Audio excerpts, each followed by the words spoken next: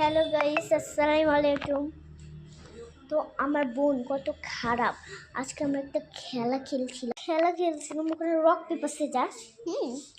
তো ওইখানে যার 3 পয়েন্ট যে উইনার। হ্যাঁ, তো আমার বোন জিতে গেছে।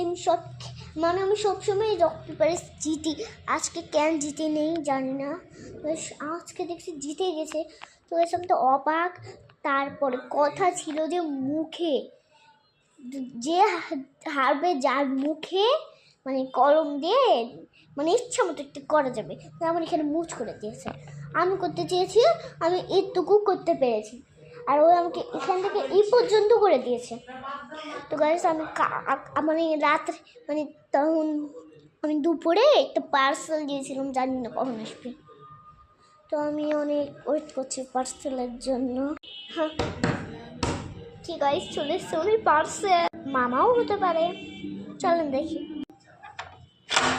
চলেন খুলি। পার্সেল চলে এসছে গাইস। আচ্ছা হ্যাঁ, পার্সেল দেন গাইস, চলে এসছে। দেখেন বিস্কুটের প্যাকেটটা নিচেছি। টাকা কয় টাকা? হ্যাঁ 500 টাকা। চলেন গাইস, নিয়ে আসি। একটু দাঁড়ান, এখানে আছে গাইস, নিয়ে আসি। আমি টিভিলে টাকা ধুয়ে দিয়েছি। টাকা তো আমার পকেটে, কি করতাম? টাকা ভুলে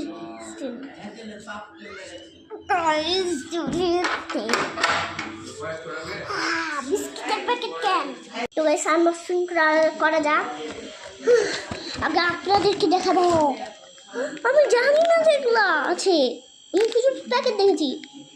হয় বিস্কিটই তো আমার অনেক ফেভারিট। তা বাজে দেখি তো। I love you guys. আর আমাকে একটা প্লে বাটন দিন। আমাদের পাশে প্লে বাটনে ভর্তি হয়েছে। বোমাটি আমার বাচ্চাতে দেওয়া যাবে, ভালোই হয়েছে ভাই। তো আমার চাবির রিঙে মানে ব্যাগে আমার লাগানো হবে ভাই। জোরই আমি ভেবেছিলাম কিনবো ভাই, পেয়ে গেছি। পুতুল কাটে কিউট।